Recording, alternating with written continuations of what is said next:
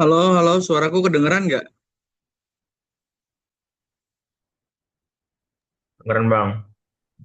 Oke, Naila sama Anin, aku nyari lokasi yang enak dulu internetnya ya. Baik, Kak. Jadi nanti kalian on cam ya bertiga ada sama Kak Rifki Haikal. Nanti recordingnya minta tolong kalian ya ke cloud. Oke, gue nyari koneksi internet yang enak dulu nih. Ya ini udah di Mana, berapa mana? kok. Sip. Kalau gitu kalian mulai aja dulu nih. Gue live dari Zoom meeting dulu. Nanti kalian start aja. Kalau boleh Kal, spotlight kalian bertiga gitu. Jadi supaya nanti di recordingnya itu satu layar tiga tiga panel gitu. Oke deh. Add spotlight. Ani nama Naila kalau udah bisa on cam aja nanti Kak Haikal yang spotlight. Izin aku cabut dulu cari cari lokasi yang internetnya agak better karena tiba-tiba di tempat gua mati lampu. Oke guys, thank you. Oke, aman banget, Oke. Kak. Kakak, Sip. Jangan lupa Kak spotlight ya sama record. Thank you guys. Assalamualaikum. Iya. Misalnya.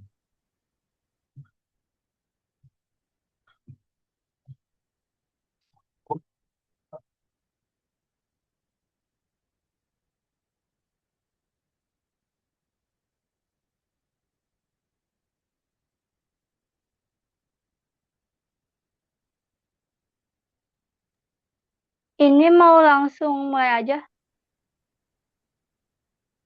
Bebas aja.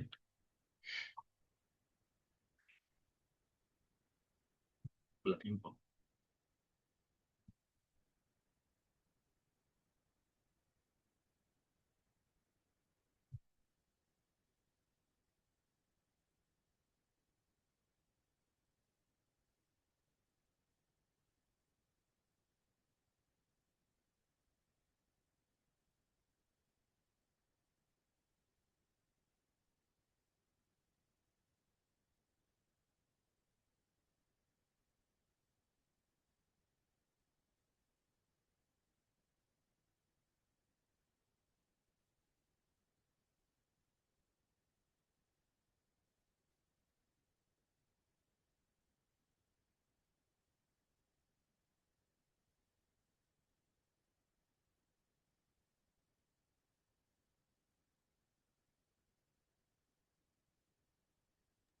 Oke, baik. Bisa kita mulai, Kak?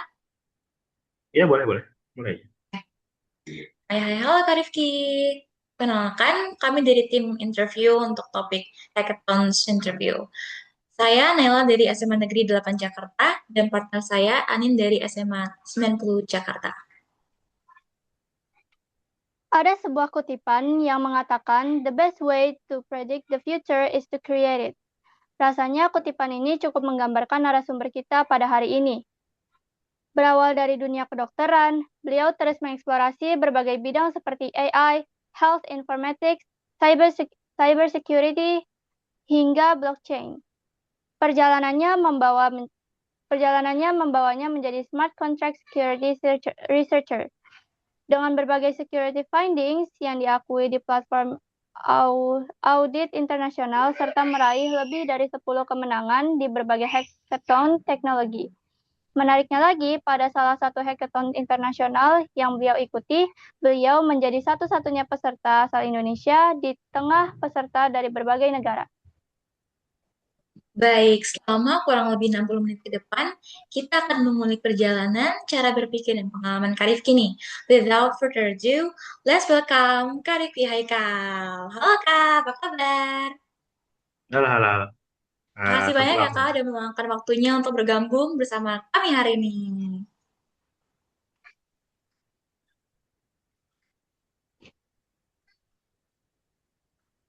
Halo, halo. Oke, pertanyaan yang pertama, sebelum kita ngobrol lebih jauh nih Kak, Kakak tuh sekarang kesibukannya lagi ngapain sih? Salam kenal, aku Riki Eka. Sekarang aku jadi dokter internship di Rumah Sakit Hasan Basri Kandangan. Selain kesibukan itu, aku juga sambil jadi smart contract auditor di blockchain, freelance sebagai audit untuk security dari smart contract. Baik Kak. Baik, Kak. Berarti dokter sekaligus ahli IT juga, betul, Kak? Iya, betul. Oke, kalau harus jelasin pekerjaan kakak ke anak SMA yang baru kelas 10 nih, Kak, yang sama sekali nggak ngerti itu apa sih IT itu, mereka belum ngerti, kakak bakalan bilang apa nih kira-kira? Kakak bakal jelasin apa sih yang kakak kerjain itu? Intinya sekarang kerjaanku lebih ke mencari kerentanan dari suatu produk keuangan digital. Hmm. Jadi kalau misalnya kita kan tahu kalau produk keuangan digital itu sangat rentan terhadap hacking. Jadi sekarang pekerjaanku bikin audit apakah sistem keuangan tersebut bisa dijalankan di pasar. Selain jadi dokter ya, kalau dokter kan self-explanatory aja, gitu deh. Oke, Kak. Oke. Nah, Kak, aku mau nanya nih. Aku kan lihat ya, perjalanan Kakak tuh cukup anti-mainstream gitu. Mulai dari medicine, AI, blockchain, sampai cyber security. Aku pengen tahu deh, Kakak tuh emang suka explore banyak hal, apa semua ini sebenarnya terjadi karena satu keputusan kecil yang akhirnya ngebawa Kakak ke dunia yang Kakak alami sekarang gitu? Kalau dari keputusan, sebenarnya aku dari SMA udah mulai jadi eh, ahli IT gitu lah ya ini. Mulai SMA aku udah sering ikut bug bounty, terus aku juga dulu OSN komputer. Terus pas SBMPTN dulu aku sempat ngambil ITB dan kedokteran, tapi lulusnya di kedokteran, jadi lanjutin aja kedokteran gitu. Jadilah sekarang. Keren banget, Kak, sumpah. Dari yang IT jadi kedokteran nih. Keren-keren. Aku kebetulan juga tertarik banget nih, Kak, di bidang OSN informatika. Oke, Keren-keren. pertanyaan selanjutnya nih, Kak. Dari keputusan yang kakak pernah ambil, ada nggak sih, Kak, bagian yang sempat diraguin orang lain, tapi malah justru jadi turning point terbesarnya kakak? Apa ya? Kalau misalnya keputusan yang sempat diraguin orang lain, justru orang-orang ragu aku bisa survive di kedokteran. Cuma sekarang justru aku berhasil aja, lulus-lulus aja. Dan kalau dari nilai sebenarnya nggak jelek-jelek amat. Kalau dari UKMPBD kemarin aku tuh masuk top score di ULM.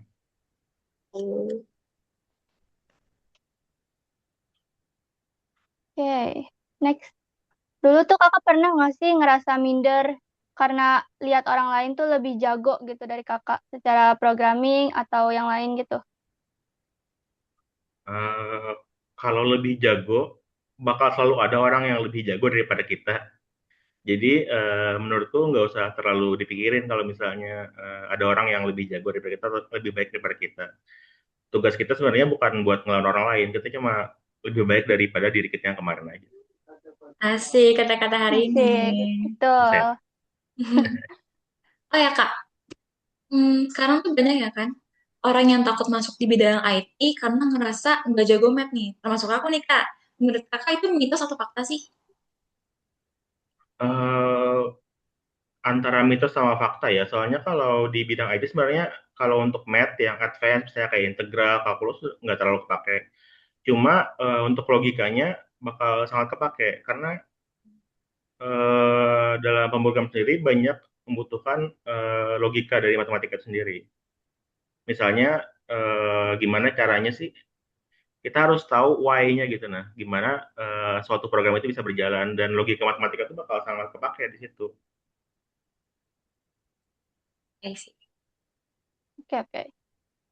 Nah, apa sih salah satu mindset yang menurut kakak nih paling menghambat anak muda Indonesia yang sekarang buat berkembang jauh lebih besar gitu? Mungkin terlalu takut kali ya untuk mencoba. Kalau menurutku sih jangan mengkotak-kotakan diri aja, dicoba terus. Kalau misalnya karena kan kita bukan bukan orang yang cuma cuma tahu satu satu hal. Kita sebenarnya bisa aja punya potensi di bidang lain, cuma kita kadang takut mencoba. Jadi menurutku jangan jangan takut mencoba, jangan takut gagal aja. Oke, Kak. Kasih keren banget, keren banget. Terus berhubung pertanyaan tadi, Kak. Orang-orang juga sering bilang Jack of all trades, master of none. Tapi kalau melihat perjalanan kakak yang lintas bidang nih, menurut kakak, kita tuh harus milih antara jadi generalis atau spesialis nih. Dua-duanya ada proxnya masing-masing ya. Kalau aku pribadi aku nggak merasa sebagai spesialis di satu bidang. Aku sebenarnya generalis-generalis saja. Aku taruh di programming bisa, disuruh audit keuangan juga bisa, disuruh jadi dokter juga bisa. Eh, ada keuntungannya masing-masing lah. Kalau misalnya jadi spesialis, pastikan jadi yang terbaik aja di bidangnya. Multi talent ya, Kak. Iya. Betul, betul. Nah, aku kan juga ngeliat nih Kak, banyak peserta dari India di kompetisi yang Kakak ikutin. Menurut Kakak, kenapa mereka kuat banget sih di bidang teknologi? Dan apa yang bisa kita pelajari gitu sebagai pelajar Indonesia? Gini, masalah soal India, terutama India dan Cina ya. Ini sebenarnya masalah numbers game aja. Kan secara populasi India tuh nomor satu di dunia. Jadi bukan hal yang aneh kalau kita bakal sering ketemu orang India di kompetisi gitu. Yang kedua, memang mereka itu secara teknologi mereka tuh kuat banget.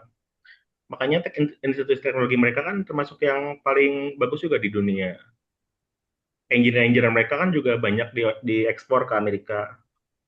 Nah, kalau yang aku pelajari dari culture-nya orang India, mereka tuh nggak takut untuk saling ngajarin ilmu ke orang lain gitu. Nah, mereka nggak takut kayak lahannya bakal diambil sama orang lain. Dan mentorship-nya juga kuat gitu. Keren Jadi ya mereka saling Indonesia. suportif ya. Ya. Iya, begitu. Oke. Oke, Kak. Kalau misalnya ada peserta Zoom yang hari ini benar-benar mulai dari nol nih, misalkan anak SMA deh, SMA kelas 10 lagi-lagi. Bahkan belum pernah coding sama sekali. Menurut kakak, langkah pertama apa sih yang harus dilakukan dulu? Kalau belum pernah coding sama sekali, paling bisa belajar ada yang namanya computational thinking. Itu cara berpikir seperti komputer. Ada latihan-latihannya, bisa buat latihan computational thinking. Kalau untuk coding sendiri, apalagi di era sekarang kan udah ada AI. Jadi untuk kemampuan coding sendiri sebenarnya lebih ke fundamentalnya aja. Kalian harus lebih tahu gimana caranya suatu kode itu bekerja daripada cara menulis kodenya.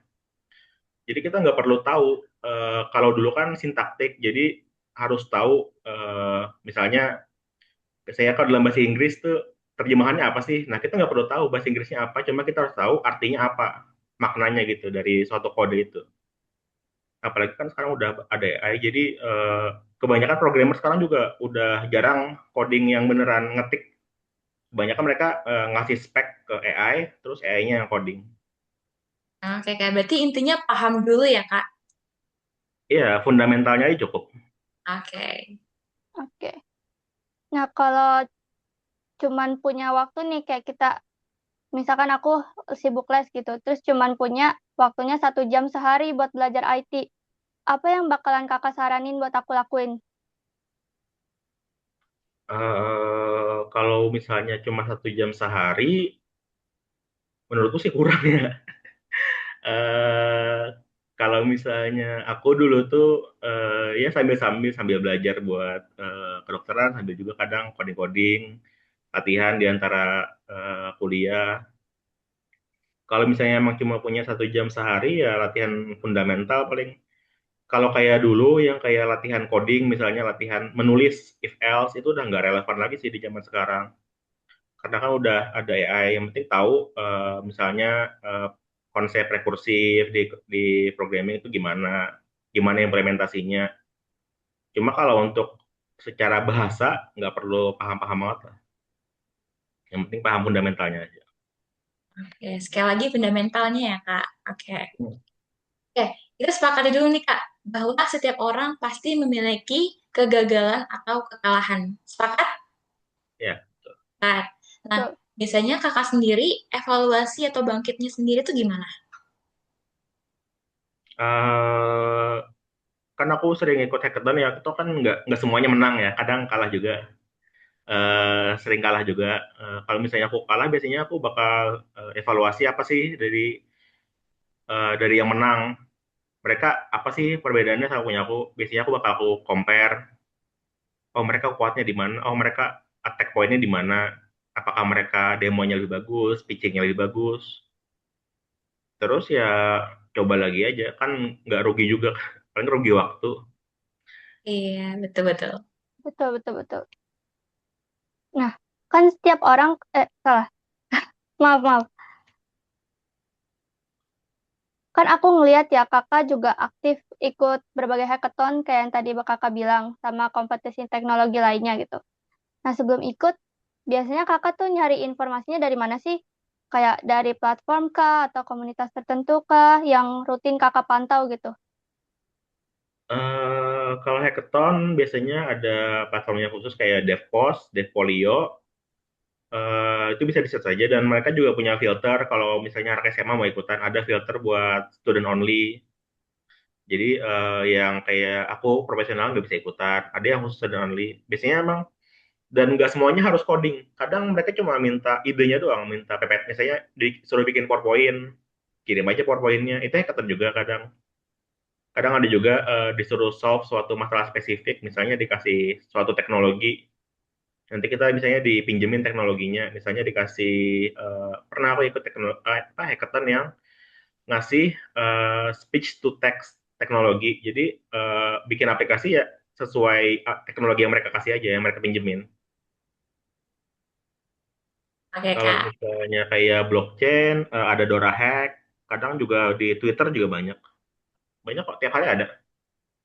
Tadi sih Berarti aku baru di ikutan. sosial juga banyak ya, Kak? Iya banyak banyak. Oke. Terhubung pertanyaan tadi, waktu kakak milih kompetisi, apa nih yang kakak pertimbangkan? Misalnya temanya, kak, penyelenggaranya, hadiahnya, atau peluang pembelajarannya? Mostly kalau misalnya aku tema, kebetulan kan yang eh, paling gede kemarin aku menangnya yang di Agent Hackathon, yang itu pesertanya 4.200-an. Aku juara satu di situ kan. Mantap, Kak, Dan mantap. termasuk yang sebagian kecil lah yang beneran dokter yang ikutan di situ. Biasanya temanya health, karena di situ kan domainku. Tapi kadang-kadang ikut juga yang lain. Aku juga sering bikin aplikasi-aplikasi lain. Kayak kemarin bikin aplikasi edukasi gitu. Mungkin gitu. Nah, kalau boleh flashback nih sedikit, kakak tuh bisa nggak ceritain aja gitu pengalaman hackathon pertama apa yang kakak ikutin kayak gimana gitu. Dan apa yang akhirnya bikin kakak ketagihan buat ikut kompetisi lagi terus-menerus lagi. Kalau pertama kayaknya waktu aku masih kuliah, dulu aku ikut health hackathonnya SMKI rasanya. Sebenarnya seru-seru aja sih. Aku merasa kayak dikasih waktu terbatas, terus disuruh mecahin solusi itu menyenangkan bagiku. Kan biasanya hackathon tuh waktunya dikasih misalnya kayak 24 jam, 48 jam buat solve sesuatu. Menurutku aku merasa tertantang aja di situ. Kayak, oh gimana sih caranya dalam 24 jam kita bisa solve suatu kasus ini. Dan sampai sekarang ya kadang buat apa? Buat hiburan aja sampingan, nge-solve sesuatu. Kadang misalnya ada ada tema-tema yang seru, misalnya, oh ada kemarin aku ikut hackathon yang temanya disuruh mecahin solusi di Afrika. Disuruh bikin Hmm. aplikasi yang bisa bantuin orang Afrika gitu. Kan seru gitu, kayak kamu dikasih satu tema dan dikasih constraint waktu, terus ditantang untuk menyelesaikan masalah tersebut. Oke. Ya, Jujur jago sih, seru-seru. Kak. Dalam waktu 24 jam sampai 42 jam, jujur jago. Oke. Betul. Kak, sekarang kan lagi rame banget nih istilah AI agent. Sebenarnya AI agent itu apa sih, Kak? Bedanya tuh sama AI yang sering kita gunakan apa? Nah, kalau AI sendiri, kalau yang sering disebut orang itu kan LLM, Large Language Model. Kalau agent ini dia ada suatu fitur baru yang namanya tooling atau tools, alat. Jadi agent ini bukan cuma bisa menjawab pertanyaan kita, kan konsepnya AI itu dia modelnya statis, dia cuma bisa jawab sesuai apa yang dia tahu. Sedangkan kalau AI agent ini dia bisa dikasih tool, misalnya kita kasih tool buat searching Google, dia bakal bisa cari Google terus reasoning dengan apa yang dia tahu. Anggaplah ada model yang misalnya dia tahu kalau satu tambah satu itu 3. Terus kita kasih tool kalkulator, dia bakal tahu kalau selama ini ilmunya dia itu salah. Konsepnya gitu. Cuma kan toolingnya ini bakal jadi banyak. Bisa jadi kita kasih tool buat, misalnya kita kasih AI tool buat ngakses WhatsApp. Oh, jadi sekarang dia bisa chatting di WhatsApp. Kita kasih tools buat komen di Instagram. Oh, sekarang AI-nya bisa komen di Instagram. Kayak sekarang kan banyak tuh influencer yang kontennya full AI. Oke, oke. Nah, menurut kakak, 5 tahun ke depan tuh kebutuhan industri lebih besar terhadap AI researcher, AI engineers, atau AI agent developer sih? Pertama, di 5 tahun ke depan, kalau menurutku perusahaan-perusahaan AI itu bakal berusaha bikin AI mereka udah embedded di sistemnya. Misalnya kayak sekarang, Google itu mereka udah nggak lagi ngejar bikin AI yang paling cerdas. Mereka bikin AI yang paling murah, yang bisa diintegrate ke HP-HP Android gitu. Jadi kemungkinan di masa depan AI itu bakal udah jadi kayak, ya kayak Google kita lah, kayak sesuatu yang bakal ada di kehidupan sehari-hari kita. Kalau untuk kebutuhan industri, kalau yang sekarang masih kurang itu justru AI security. Karena kan banyak kejadian-kejadian AI ini misalnya menerobos ke suatu sistem, terus kalau misalnya pernah nonton Terminator kayak Skynet gitu lah. Dan beneran ada kemarin kasusnya OpenAI, mereka punya model yang AI-nya lepas dari laboratoriumnya. AI-nya lepas dari laboratorium terus ngehack website orang. Justru yang kayak gitu yang semakin dibutuhkan selain developer ya. Developer kemungkinan dibutuhkan, cuma menurutku di masa depan bakal lebih mudah untuk develop untuk AI agent ini. Kayak kemungkinan kalau menurutku semua orang bakal punya agent sendiri-sendiri di masa depan, kayak asisten pribadi gitu. Ya anggaplah kayak Jarvisnya Iron Man gitu lah. Jadi bestie ya Kak, bestie. Iya, Ya, semua orang punya AI masing-masing targetnya kemungkinan. Oke, aku siap, pengen siap, tanya siap. nih Kak, tapi mungkin agak personal dari aku ya Kak. Aku tuh sedikit relate sama Kakak, perjalanan Kakak, karena aku juga punya rencana nih Kak untuk ngambil pre-med di engineering sebelum ke medical school nih nantinya. Tapi banyak nih Kak orang yang bilang jalurnya tuh agak extraordinary. Jadi aku penasaran, menurut Kakak, is it a great way to do? Eh, Ngambil pre-med-nya di engineering sebelum ke medical school ya. Oh, yang itu ya, yang sistem Amerika ya. Ya, Eh, Menurutku sih boleh-boleh aja, cuma kayak lebih baik langsung ambil yang biologi atau matematika gitu aja sih daripada engineering. Kalau misalnya kayak ngambil engineering itu mending jadi full engineer aja sekalian. Kalau kan emang selain hobi aku juga profesional dibayar. Cuma kalau dibandingin sama mereka yang benar-benar engineer ya aku kalah. alright. Lagi kasarannya.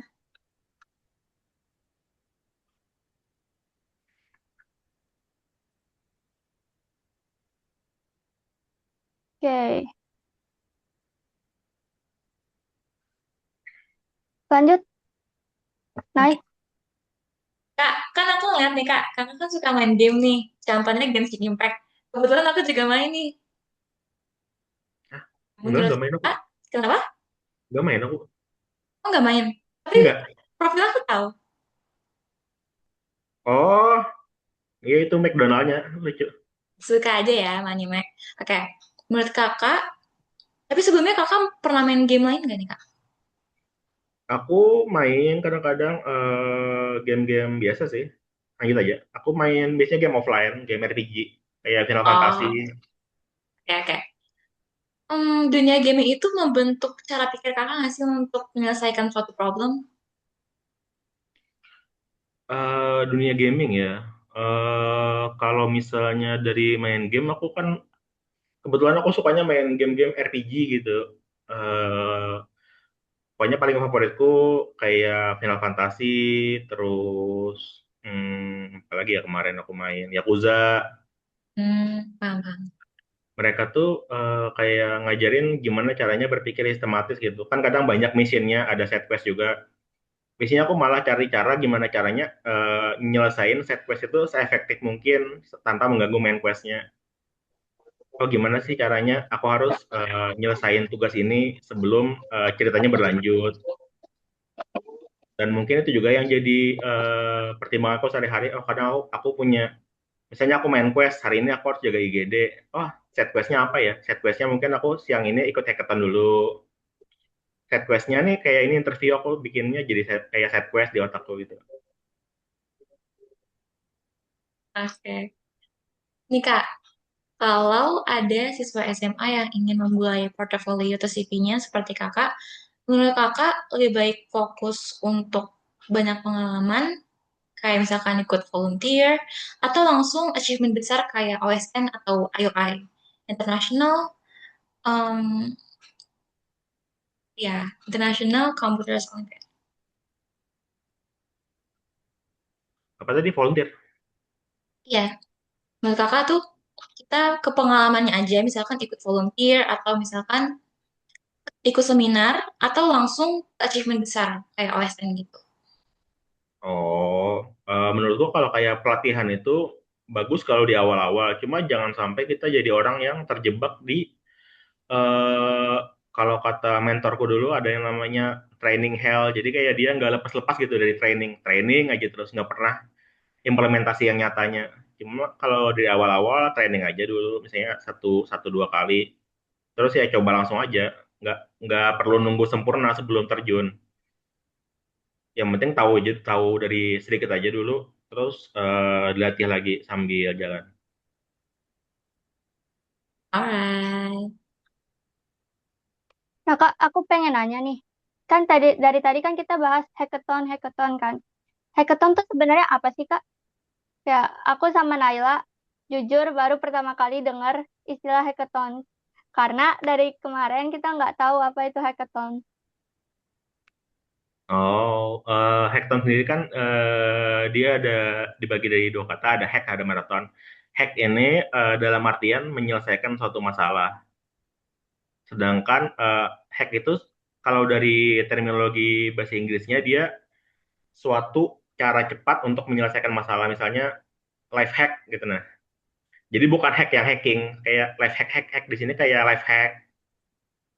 Jadi suatu cara cara spesifik untuk menyelesaikan suatu masalah. Sedangkan atonnya ada di maraton biasanya karena dia sistemnya ada jenjang, ada batas waktunya, ada constraint waktunya. Jadi hackathon sendiri dia menyelesaikan suatu masalah dalam constraint waktu tertentu. Jadi kayak ada batas waktunya gitu ya. Iya, kadang kan orang mikir hacknya itu hacking. Oh iya, kamu jago hack ya? Enggak, aku enggak. Meskipun aku hacking, aku lombanya bukan itu. Hacknya ini lebih ke hack dalam kayak life hack gitu nah. Oke, oke. Nah, pencapaian yang paling kakak banggain tuh apa sih? Yang paling kakak, wow, ternyata aku bisa ya begini gitu. Pencapaian paling wow. Pertama aku pernah diundang buat ikut Cloud Code Hackathon yang Opus 4.8 itu pesertanya cuma dipilih 500 dari yang daftar 20.000. Itu Hmm. kayak dua berapa persen gitu ya acceptance rate-nya. Terus yang kedua mungkin yang waktu aku menang juara satu kemarin yang di Agent Hacker Hackathon itu pesertanya ada 4 ribuan dan aku jadi juara satu di situ. Mungkin gitu aja. Sebelumnya selamat nih Kak, tahu satu nih Bos. Tuh, Alright Kak, aku pengen nanya nih Kak, dari sekian banyaknya bidang di dunia IT ini, kenapa Kakak akhirnya milih cyber security? Pertama, cyber security ini termasuk suatu bidang yang kamu nggak butuh degree di sana. Orang-orang di sana tuh nggak peduli degree kamu apa, yang penting pencapaian kamu. Dan memang secara bidang eh, ya keren lah. Siapa yang nggak suka hacking kan? Kayak di Betul, film-film gitu betul. kan. betul, betul, betul. Kayak di film-film kan hacker tuh keren-keren. Oh iya, aku juga pengen. Aku juga pengen bisa kayak gitu. Jadi aku belajar belajar sendiri buat ikut di bidang cyber security ini. Kebetulan aku juga main. Kalau cyber security ada kompetisinya sendiri, namanya Capture the Flag. Itu juga sering ada buat anak SMA dan mahasiswa juga. Itu kompetisi hacking di mana kita biasanya dikasih soal tentang hacking terus disuruh menyelesaikan. Sekarang aku gabung di ada tim namanya TCP1P. Itu kalau misalnya dari CTF-Time itu tim nomor satu di Indonesia sekarang. Biasanya kakak kalau nyari lomba gitu dari IG kah atau dari mana gitu? Yang trusted gitu? Lomba apa ini? Lomba hackathon.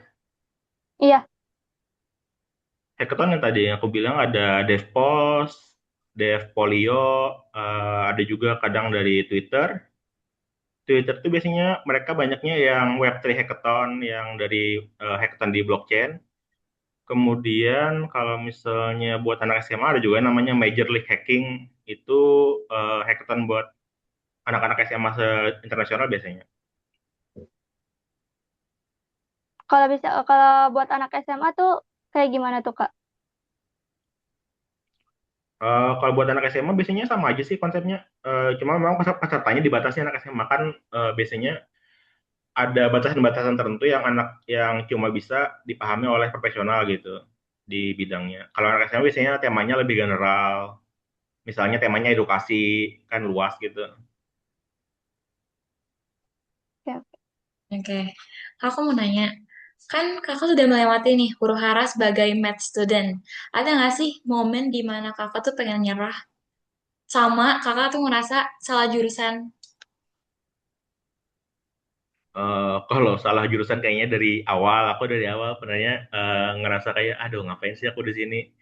Cuma kayaknya kalau selama perjalanan dari mulai preklinik, koas, kayak survei-survei aja.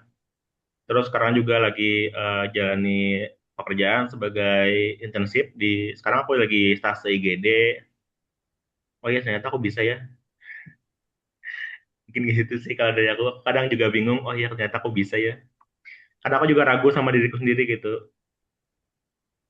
Kok apa misalnya aku bisa ya jadi dokter gitu. Padahal kan aku selama ini lebih concern ke IT. Tapi ternyata pas aku jadi dokter, oh iya ternyata aku bisa nemuin kasus ini, aku bisa ngediagnos ini, aku tahu ini arahnya kemana gitu.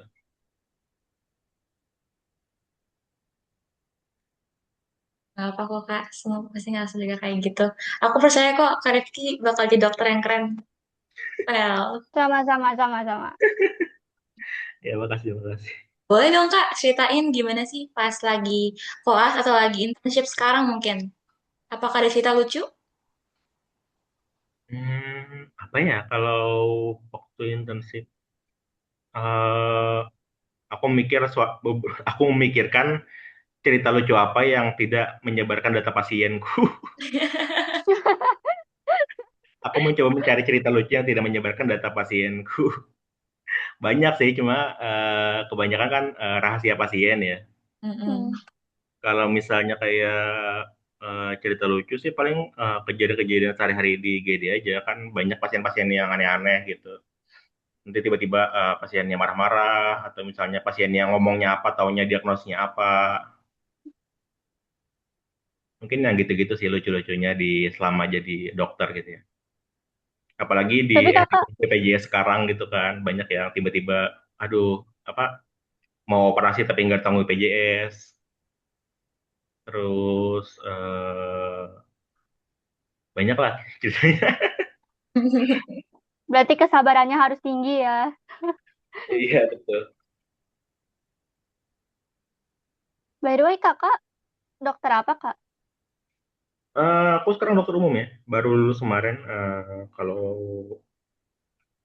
kalau di Indonesia kita emang sistemnya habis lulus dokter itu jadi dokter umum, beda sama beberapa negara yang habis lulus tuh langsung ngambil residensi. Kalau di kita biasanya habis lulus UKM PPD ya jadinya dokter umum dulu kecuali mau ngambil spesialis nantinya. Oh, jadi kalau mau ngambil spesialis, kita harus S2 dulu ya? Harus sekolah lagi. Oh, oke, oke, oke. Kalau boleh tahu, kakak mau ambil spesialis gak nih, Kak? Aduh, itu aku juga masih bingung sih sekarang, tapi kalau ada jalannya aja. Kita lihat kemana hidup ini membawa kita. Oh Ini ya, kakak lulusan dari mana, Kak? Aku ULM, Universitas Muhammad Kurat. Oh, aku baru dengar. Iya, di Kalimantan Selatan. Oh, oh ya Kak, by the way, kan kakak dokter nih, bisa dibilang ahli IT juga, MBA juga. Gimana sih cara kakak time manajemennya? Kan aku sebagai anak kelas 10 ya Kak, anak kelas 10, aku dan Anin juga baru masuk SMA dengan huru-haranya. Gimana sih Kak cara betul. time manajemennya? Eh, Time management ya. Kalau time management sih kuncinya satu, aku jarang nongkrong sama teman-teman, temanku sedikit. Jadi kebanyakan ya waktuku kuhabiskan buat kalau nggak belajar, eh, belajar sama sekolah. Kebanyakan buat sekolah. Makanya aku bisa ambil S2 juga kemarin kan. Hmm. Cuma ya gitu konsekuensinya temanku sedikit. Kalau misalnya ada anak kuliah itu biasanya mereka punya apa segitiga, tidur, tidur, habis itu main sama belajar. Jadi cuma bisa ngambil dua gitu. Kalau misalnya mau tidur sama belajar, berarti nggak bisa main. Kalau misalnya main sama tidur, berarti nggak bisa belajar.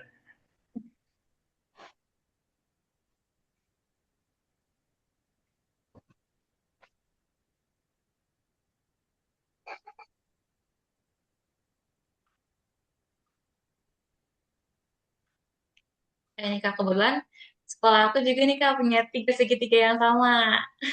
Tapi bedanya sekolah aku itu belajar atau akademik, yang kedua organisasi, tiga istirahat. Jadi kita harus pilih maksimal banget dua.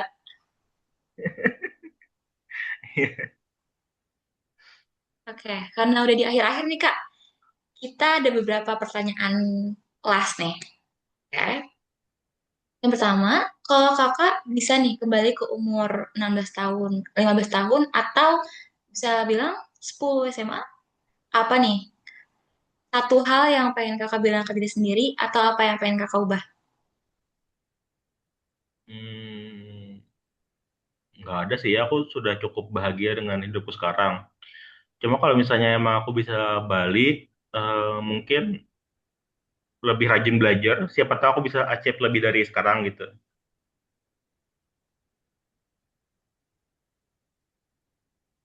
Nah, kalau buat kayak kita nih, yang literally baru anak kelas 10, yang masih takut atau nggak masih bingung gitu. Kalau aku sendiri, jujur aku masih bingung harus belajar IT itu dari mana gitu. Nah, pesan yang bisa kakak sampaikan buat kita berdua apa nih, Kak? Coba aja, nggak usah. eh, Maksudnya di dunia ini tuh kalau misalnya pernah dengar konsep free will, kita tuh sebenarnya nggak perlu izin dari siapapun untuk memulai. Kayak, oh ya, boleh nggak sih aku mulai ini? Ya boleh lah, nggak ada yang larang. Mungkin dari sadar konsep itu dulu aja, bahwa kita tuh dalam hidup kita nggak perlu izin orang untuk melakukan sesuatu gitu. Selama baik-baik aja dan nggak merugikan orang, ya kerjakan aja. Ya sih, betul sih, Kak. Seperti kata orang-orang ya Kak, YOLO, Mm-mm, you only live once. betul. Oke, karena sudah mengingat waktunya, tinggal sedikit lagi. Karena aku tutup ya Kak. Kak Rifki, thank you so much ya Kak, karena sudah menyempatkan waktu untuk mengobrol bersama kami dan berbagi cerita bersama kami. Oke, senang banget rasanya bisa mendengar langsung perjalanan Kakak nih, dan cara pandang Kakak, mindset Kakak dalam berbagai hal. Ya, makasih Mbak. Dari sesi hari ini, banyak banget nih yang bisa kita pelajari mulai dari medicine sampai IT. Semoga insight yang Kakak bagikan hari ini bisa jadi pengingat sekaligus motivasi bagi teman-teman yang mau berkembang. Semoga kedepannya Kakak selalu diberikan lancaran, kesuksesan, dan banyak kesempatan, baik dalam perjalanan maupun proyek-proyek Kakak nantinya. Aku tunggu ya Kak, proyek hackathon selanjutnya. Tetap satu ya Kak. Betul, Amin, amin, betul. amin. Amin, amin, amin. Makasih, makasih, makasih. Kakak mau ngomong Nah, boleh sesuatu? dong. Ada kata-kata Iya. hari ini Kakak? Kata-kata hari ini, Kak. Waduh, apa ya? Tetap semangat, jangan menyerah. Asik. Terus semangat, jangan menyerah. Betul. Alright. Oke, saya Naila Syafwan dari SMA Negeri 8 Jakarta bersama partner saya Anin dari SMA Negeri 90 Jakarta.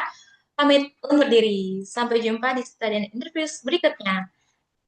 Have a great day, Kakak. Terima kasih, Kak.